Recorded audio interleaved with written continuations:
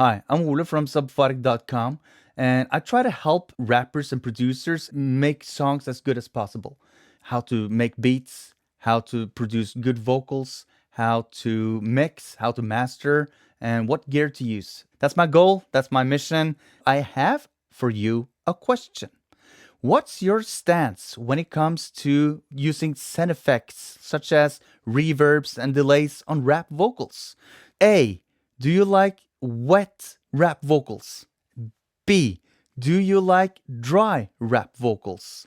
And I'll throw in option C as well. C. Do you think that it depends on the song? Let me know in the comments what you think. And before I dive in, I have a gift for you, and that's my vocal checklist.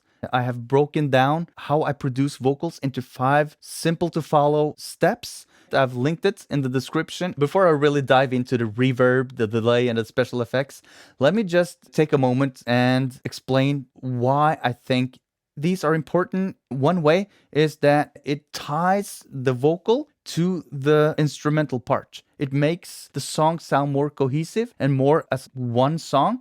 And you can do that with compression as well, but I think using both bus compression on the final mix bus and using reverb and delay, the combined forces of those two elements makes the song sound as a complete whole, in my opinion, at least. So that's why I've decided to make a video on this, because I think that reverb and delay is a vastly overlooked field when it comes to rap vocals. It's important to address, and that's why I also asked you the question initially, are you a wet type of rapper or are you a dry rapper? Do you like dry or wet effects on your own or your rapper's voice, when you're producing a song? That's my reasoning. I think it solidifies the song. Now, first off, let's take reverb as an example. And my go-to reverb is the Valhalla Vintage Verb. I also use the 480 from Universal Audio. I also use the Pro R from FabFilter. Sometimes I use the plate reverb from Soundtoys. I use the plate reverb from Arturia. And the first thing I do is I set up a sound effect like this. And then I crank up the send volume so I can hear what's going on. And I do it like this. And now it's going on. It's going on. and then I start tweaking. And the first thing I want to see in the reverb is that the wet dry knob is turned at 100% wet. That's the first thing. The second thing I'd like to do is to engage the high pass filter, like so. I'm generous with the high pass filter when it comes to reverb and delay. I don't like the send effects to create mud in the low end of the spectrum. And then I also engage the low pass filter to get rid of any excessive highs. I don't want those highs flying wildly on the sides, for example. I don't like it. I'll crank it down a bit. So those are the first processes that I do almost automatically. I think even in my templates, I have them fixed like that, so I never have to actually do that. And then I experiment with the timing. Before I touch the algorithms, such as the room, plate, whatever, I immediately go and check out the time. And this is how I go about timing. You've probably seen this before in other YouTube videos, and I'm no different. I use this formula right here. I pull up my calculator and I figure out what the timing is in relation to the BPM. Especially when, for example, hitting the reverb, using reverb on snares, that's extremely important, not having the snare reverb interfere with what comes next. But also in vocals, having those vocal transients punching each other in the face is not a good idea. So I use this formula to figure out what's the length of the reverb in steps, like so. Even though it's milliseconds, I can also find out steps or hits in the song, or what do you call it? I find the timing. I'll do the correct timing. The lead vocal needs to have short reverb, in my opinion, while the backing vocals have at least double the timing. And ad-libs might have doubled that again. So the backing vocals have a longer reverb tail, and the ad-libs can have a humongous amount of reverb.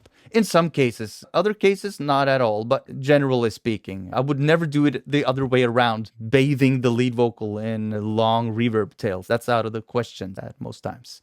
Unless your name is Schooly D, for example. When my timing is right, I go and select the correct algorithm. For rap vocals, I tend to use the room mode, or I use the plate or the chamber, sometimes whole, but that's rare, and I just listen in. Yeah, I just listen in.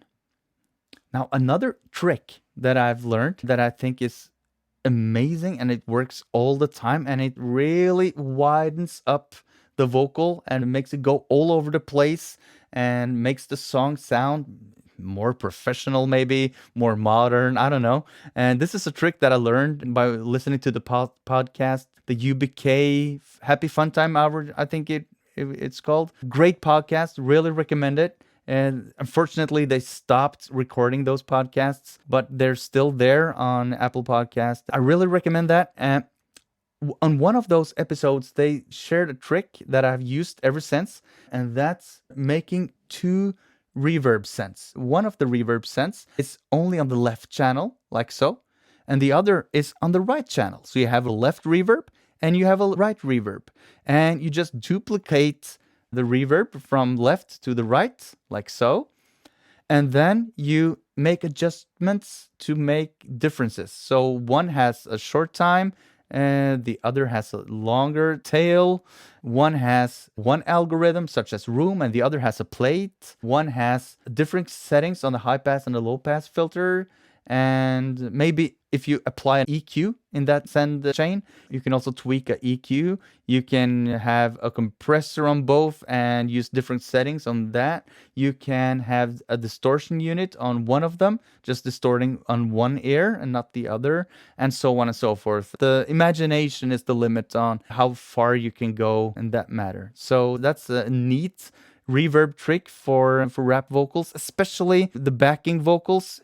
And when I have a rapper sending me his or her stems, sometimes I only get one backing track. And this is where this trick is really great to have, because then you can make it more stereo than it would otherwise be.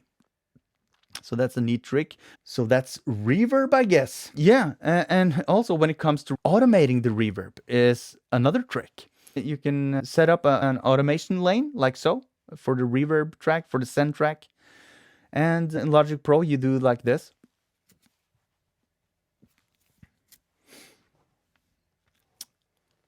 And you can just automate. For example, increase the reverb time or length before a transition, for example, before the hook or after the hook or at the end or at the start or where you want. And that's it for the reverb. Step 2, delay. I use delay for basically two reasons. Reason number one is to fatten up the lead vocal by using a short delay time and making the vocal a bit more stereo. It's almost like a chorus effect, but not really. It's like a sloppy chorus effect. So I would use maybe 1/16 notes and just slightly, not too much send volume. I would go easy on it. And maybe use the dual mono or ping pong mode on the Echo Boy, which I always use when I do delays. I almost exclusively use Echo Boy. It's just become my go-to plugin for delay. I have used the repeater before. I have used the Freak Echo from Valhalla, but I tend to use the Echo Boy with dual mono or the ping pong. And I use some distortion algorithms, and I typically use either the space mode here if I want it to be subtle, or I use the cheap tape mode, which makes it a bit brighter, or the tube mode, which makes it a bit more tubey, it's a bit more hollow sounding. It depends on the situation, especially when it comes to lead vocals. I tend to use the cheap tape setting, and when it comes to backing vocals, I use space, for example, or just leave it off, like so, standard master or what have you, studio. So that's the one thing, making the vocal a bit more stereo sounding, making a bit fatter, more gritty. And then I use the echo as a throw delay.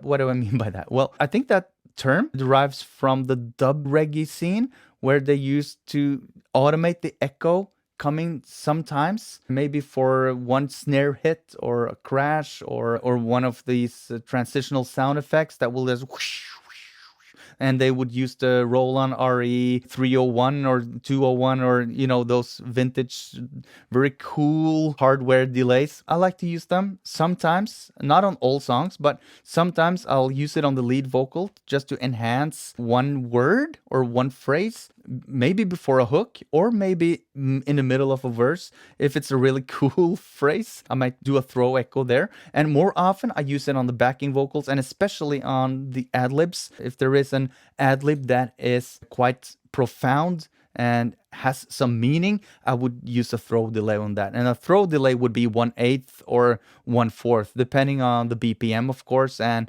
depending on the situation. And it's driven by feeling, what I feel is right at that certain occasion. And I think that's what makes me have my own style of mixing. It's all those small choices that I do all the time. And that, of course, applies to anyone. You make your own choices depending on how you feel about a certain sound or a certain setting on a certain processor. So short delays to make the vocal sound a bit fatter, and long automated delays or punch in and punch out delays to accentuate certain sounds or words or phrases. Now, I said two ways to use delay, and when I come to think of it, it's actually three, because there's one more, and that's 1/8 delay on the backing vocals. I tend to just leave that on, and I might also do the ducking or the sidechain trick on delay. I can use that on reverb as well, and this is how it goes. I put a standard compressor right after the delay or reverb plugin on the send effect channel, and I will sidechain input on that compressor. I would use maybe the same vocal track or the lead vocal track. So for instance, let's say that I have a lead vocal track and I have a reverb or a delay on it. I would put a compressor on and put the lead vocal also as the sidechain input. So whenever there's no signal on the lead vocal track, you will hear more reverb. The reverb will rise in volume, right? Whereas when there's signal coming from the lead vocal, the compressor will compress the sound of the send, so there will be less delay or reverb. So it makes for a cleaner result, if you want it clean, that is. And oftentimes you want it to be clean. And if you want dirt, you want to be able to control it, right?